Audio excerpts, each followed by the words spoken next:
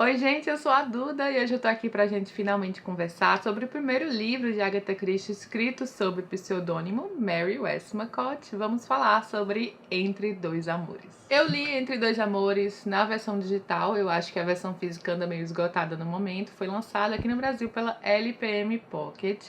Vou deixar a capa do livro aí ao lado. E esse é um livro originalmente publicado em 1930. É interessante que, lendo a autobiografia de Agatha Christie, a gente percebe que ela gostava muito de escrever os livros sob o pseudônimo Mary Westmacott, porque aqui nós temos livros que não são romances policiais. E o que é que os fãs de Agatha Christie queriam, né? Mais e mais romances policiais, livros de mistério e suspense. Mas ela parece que tirava umas férias assim na cabeça quando ela começava a escrever esses livros com uma temática diferente, né? Ela queria testar. E se você lê a autobiografia, você percebe que ela realmente curtia muito esse momento de escrever as histórias que ela queria. Então, por muito tempo, ela lançou alguns livros sob o pseudônimo Mary Westmacott. As pessoas não sabiam que era Agatha Christie. E Entre Dois Amores é o primeiro de todos. Também é o primeiro que eu tô lendo, né? Por mais que eu já tenha lido toda a obra de Agatha Christie e alguns livros várias vezes, eu ainda não tinha lido nenhum livro sob pseudônimo, então essa foi a minha primeira experiência e eu estava bem curiosa. Eu gostaria de poder dizer para vocês que eu amei, não foi o caso, mas tem algumas coisas interessantes no livro e a gente vai conversar sobre ele agora. Antes de começar, se você for novo por aqui, espero muito que goste do conteúdo. Se for o caso, se inscreve, seja muito bem-vindo. Nós tivemos um projeto aqui no canal, lendo toda a obra de Agatha Christie em ordem cronológica desde 2016, já concluímos o projeto, então tem muito vídeo de Agatha Christie aqui no canal sobre todos os livros da autora. E agora, para concluir tudo, eu só estou lendo os livros sob o pseudônimo, os 6 livros, ou no caso, faltam 5. Então, se você quiser saber um pouco mais sobre tudo que já saiu de Agatha Christie por aqui, confere a playlist. E também, se gostar do conteúdo do vídeo, curte aqui embaixo, tá, gente? Isso sempre ajuda bastante. Deixe seu comentário ao final, me conta se você já leu algum livro de Agatha sob pseudônimo. E se você já leu esse, ou se leu comigo, né, vamos conversar. Aqui nós temos um livro que vai traçar toda a trajetória do Vernon Dare. Este é o grande protagonista da autora no livro Entre Dois Amores. O Vernon começa o livro como um garotinho, uma criança. E essa primeira parte do livro, ou melhor, eu estou me adiantando um pouquinho, porque na verdade a gente começa lá no futuro. A gente começa com um espetáculo gigante em Londres, com uma grande apresentação que vai deixar todo mundo embasbacado, assim, de um compositor meio misterioso. E aí a gente corta e vai para a história do Vernon, logo no comecinho do livro mesmo. E logo após o livro começa então com o Vernon ainda criança, e a gente vai acompanhar toda a trajetória de vida desse personagem ao longo de todas as suas decisões, a importância dessas decisões no seu futuro, né? As ramificações que o seu futuro vai oferecer e as escolhas que ele vai precisar fazer, porque ele não quer exatamente apenas um caminho, ele quer alguns caminhos e às vezes ele vai precisar abrir mão de coisas que ele quer muito e como isso vai agir em sua cabeça, né? Como isso vai deixá-lo sempre muito indeciso, porque são coisas imensamente importantes na sua vida, né? Aliás, isso que está no âmago do livro, né? As escolhas que a gente faz, os sacrifícios que a gente faz ao escolher uma coisa, não escolher outra, né? Como a vida é feita de escolhas, é algo bem interessante. Então tem alguns aspectos bem positivos, na verdade, que eu vou pontuar aqui ao longo do vídeo. E claro, também alguns aspectos negativos, porque eu queria realmente ter gostado mais desse livro. Então a gente tem aqui o Vernon criança. Essa primeira parte é interessante porque o livro é contado pelo ponto de vista da criança. Então ela tá ali inserida no mundo de adultos. Ele é filho único e os seus pais são muito diferentes. Eles são de personalidades completamente distintas. E o Vernon é o menininho da mamãe, mas ele se identifica muito mais com a personalidade do pai, né? E a mãe é muito expansiva e o pai é bem circunspecto, né? Aquele homem mais contido. E a família do pai é completamente diferente da família da mãe. E Vernon é tido como um típico Dare, um típico da família do pai. E ele tem muito um mundo na sua cabeça. E ele vive esse mundo na sua cabeça, criança, né? Vendo o que os adultos estão falando, absorvendo o que os adultos estão dizendo da forma dele. Então, muitas vezes os adultos subestimam demais o que uma criança consegue captar. E a gente vai ver isso em todo esse primeiro momento, né? As brigas entre o pai e a mãe, como a personalidade deles em atrito é sempre compreendida pela criança. E como os adultos acham que ele é apenas alguém que está ali, não está entendendo nada, está brincando. Então é bem interessante nesse aspecto, inclusive, especialmente se você ler a autobiografia de Agatha Christie. Porque por mais que não tenha a ver com a família dela, tem muito a ver com a infância dela. O Vernon, nessa propriedade muito grande, afastada, lembra muito a Agatha em sua infância também, numa propriedade, na sua família, em suas brincadeiras. Ela tinha ali um grande jardim à sua disposição. Ela inventava muitos amigos imaginários, assim como o Vernon. Então a gente consegue. Eu tô falando o nome dele certo, né? Deu uma dúvida agora se era Vernon ou Verdon. Não, mas eu acho que é Vernon, gente. Eu li esse livro no começo de outubro, né? Tô demorando um pouquinho mais agora pra fazer o vídeo. E você vê, então, semelhanças na infância de Agatha Christie, nas brincadeiras que ela gostava de fazer, também na vida do Vernon. Toda essa base familiar que a gente compreende aqui vai ser importante no futuro do Vernon, em como ele vai levar a vida e tomar decisões. Mas aqui já é formada uma grande amizade que vai aí ao longo do livro, que é entre o Vernon, sua prima Josephine, uma garota muito impetuosa também, né, muito inteligente, que vai acabar morando com eles, né, após a morte da mãe. E também um amigo, um grande amigo deles, que mora na propriedade ao lado, que é o Sebastian. O Sebastian é judeu, e isso é um fato importante de ser mencionado aqui, não apenas pela questão do antissemitismo presente na história, porque a gente percebe muito preconceito com os judeus por parte de vários personagens, mas o Vernon e a Josephine são aquele círculo, né, que eles são os grandes amigos junto com o Sebastian. Então eles vão além disso, né, porque o Sebastian e sua família sofrem muito preconceito por serem judeus. E aí você já percebe, né, aqui estamos falando de uma história lançada em 1930, na Inglaterra, e que, na verdade, vai retratar o final da era vitoriana, começo do século XX, gente. Então aqui a gente vai ter um período que vai abarcar a Primeira Guerra Mundial, e aí você já percebe, né, que há ali um avanço no antissemitismo, né, no preconceito que as pessoas tinham, e a gente tá vendo não apenas o outro lado da Europa, mas o lado da Inglaterra com os judeus. E eles eram muito, imensamente ricos. O Sebastian aqui é o grande milionário na história, né, o homem do dinheiro. O Vernon vem de uma família que outrora já foi rica, a propriedade é gigante, maravilhosa, mas a família não tem tanto dinheiro assim, especialmente a família do pai, que casou parte por dinheiro com a família da mãe. Então é formado aqui, já nesse ciclo da infância que a gente acompanha na primeira parte do livro, essa amizade muito forte entre os três. E a gente vai ver como isso vai se desenvolver aí ao longo de toda a vida do Vernon, porque ele é uma criança que tem um pavor de música. Ele não gosta de escutar instrumentos musicais, só que isso vai se desenvolver de uma forma completamente diferente. Ele vai entender um pouco esse pavor de música que ele tinha, porque na verdade ele nasceu para ser um grande compositor. Então aqui ele tem um talento muito grande dentro de si, de revolucionar o mundo da música. E ele não gostava da forma como a música era tocada quando ele era criança. Ele sentia algo desconcertante. Ele queria revolucionar a forma como os instrumentos eram ouvidos, né, eram escutados. Ele veio para trazer algo totalmente novo para o mundo, né, como daqueles gênios que aparecem de vez em quando na música. Então ele vai descobrindo essa paixão aí ao longo da sua adolescência. E já passando um pouco para a adolescência, né, só uma rápida questão sobre essa primeira parte do livro. Eu achei ela introdutória, era interessante, especialmente por você ver algumas semelhanças com a Agatha Christie, e você vai perceber que essas semelhanças com a vida de Agatha Christie vão se dar ao longo do livro inteiro, em relação a vários personagens. É como se ela tivesse colocado um pouco da sua experiência e das suas aspirações diluída aqui em alguns personagens. E lembram que eu falei pra vocês que o livro começa, né, com esse grande espetáculo, e o Sebastian é um personagem que aparece ali desde o início, né, então a gente já sabe que o Sebastian vai estar ali nos bastidores.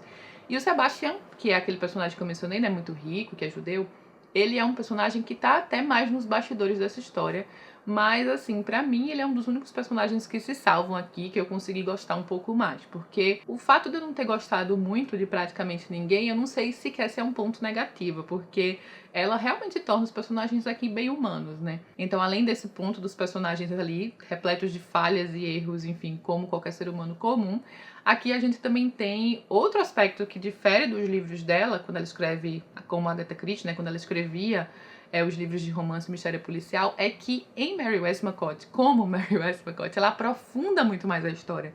Sabe quando ela vai mais ali na construção do personagem, na construção dos dilemas, do pensamento ali, de toda a construção da cena e da ambientação, eu acho que aqui é mais aprofundado. O que seria, de fato, um ponto positivo também, né? Mas, ao mesmo tempo, uma das questões desse livro é que eu achei o livro tedioso, tá? Eu achei que o livro não tem nada demais. É como se a gente estivesse acompanhando uma história de vida de alguém, às vezes mirabolante em alguns aspectos, né? Fica mirabolante, especialmente depois. E ela é uma história que não chega a empolgar. Esse é um dos grandes... essa é uma das grandes faltas desse livro, gente. Ele é uma história que não consegue empolgar, pelo menos foi o que aconteceu comigo, né? Talvez você tenha uma experiência diferente. Então aqui, quando o Vernon já tá um pouco mais velho e ele vai tomar as decisões na sua vida, entra o grande X da história, né? O nome do livro, em português, o Entre Dois Amores, ele fica ali com escolhas na sua mão. Ele não consegue se dedicar a absolutamente tudo. Ele é um gênio da música, ele é um compositor, no caso genial, que tem um futuro aí brilhante pela frente, e isso vai ocupar muito do seu tempo. Os grandes gênios ali, independente da área, eles acabam sendo tragados pela sua genialidade, e isso vai acontecer com o Vernon. Ao mesmo tempo, ele fica completamente apaixonado por uma garota que ele conheceu na infância e que ele reencontra mais velho, a Nell, e eles dois ali têm um relacionamento assim que acaba se enchendo de atritos, especialmente nesse início, porque ele, na verdade, é pobre, né? Ele tem uma grande propriedade, mas ele não tem dinheiro. E a Nell precisa casar com alguém rico, porque ela também não tem dinheiro. A família dela, ela e a mãe dela, sofrem um pouco com essa questão da falta de dinheiro. Então ela aspira a um casamento, né, de muito dinheiro. E eles são completamente apaixonados um pelo outro. Ela também gosta dele e eles ficam naquela, né, de que como a gente vai viver. Inclusive essa de vai, não vai, fica noivo, é apaixonada pelo noivo, mas aí eles não têm dinheiro, também lembra muito o período que é narrado na autobiografia de Agatha Christie entre ela e o primeiro marido, o Archibald Christie. Eles também não tinham dinheiro, eles ficavam indo, voltando, acabando e voltavam noivado. Então, de certa forma, é similar também nesse aspecto. E aí, pra completar, quando ele entra nesse mundo artístico, ele conhece outra mulher, que é a Jane, que ele também, de certa forma, sente uma grande atração. Ele realmente ama, a mulher da vida dele é a Nell, mas ele passa a se envolver cada vez mais com a Jane, especialmente pelo tumulto no seu relacionamento com a Nell. E a Jane é do mundo artístico. Aqui ela é uma cantora talentosíssima, mas ela quer cantar ópera e ela não tem voz para a ópera. Também similar ao que a gente vê na autobiografia de Agatha Christie. A Agatha Christie queria ser cantora de ópera, ela não tinha voz para a ópera. A Jane aqui é uma dessas personagens que vai sofrer por conta disso, né? A voz dela, ela vai levar a voz dela a um patamar aqui que ela não deveria, porque ela sabe que ela é importante ali para a peça, para a apresentação, por conta do seu dom artístico, né, de atuar e tudo mais, mas ela não é exatamente feita para cantar ópera e por conta disso ela vai sofrer um pouco. E aí a gente vê toda essa parte do mundo artístico, né, que é colocada no livro desde o início, né, o mundo da música e tudo mais, era algo que a Agatha Christie gostava, gente, era algo que ela também estava ali inserida, era uma das suas paixões, dos seus hobbies. Ela chegou a se apresentar para algumas pessoas no livro, na autobiografia a gente vê isso, né? Ela queria saber se a voz dela era boa para se apresentar ou não. Então a Agatha Christie, ela foi uma mulher de múltiplos talentos e você vai perceber muito disso, muito da vida dela no livro Entre Dois Amores. Só por isso já é um livro que eu recomendo muito para quem é fã de Agatha Christie, sabe? Porque eu acho que tem muito dela nesse livro. No futuro da Nell também, quando começam aqui as questões da Primeira Guerra Mundial, você vai perceber a Inglaterra durante esse período e muito de Agatha Christie inserido, do trabalho que ela teve durante a Primeira Guerra Mundial. Ela trabalhou em hospitais, ela foi enfermeira, ela aprendeu muito, assim como personagens aqui do livro, que também vão experimentar a mesma coisa, né? É como ela voltava muito tarde para casa, ela fazia de tudo para ajudar, porque era um período muito difícil. A Nell aqui tem muito da vida de Agatha Christie durante a Primeira Guerra Mundial. Do dia a dia de Agatha Christie, do cotidiano de Agatha Christie, tudo que a gente vê na autobiografia, que ela fala como era o seu dia, que ela fala como era a sua experiência no hospital, que ela fala como era a sua experiência indo para casa à noite, como as pessoas estavam ali naquele período, ela coloca neste livro e ela coloca em personagens deste livro. Então é bem interessante assim você ver que ela diluiu a vida aqui no livro em vários aspectos e para ver também essa questão do final da era vitoriana, a guerra se aproximando, como era o cotidiano na guerra, né, e tudo isso está presente no livro, então é algo que você vai poder acompanhar e de certa forma tem aí seu interesse.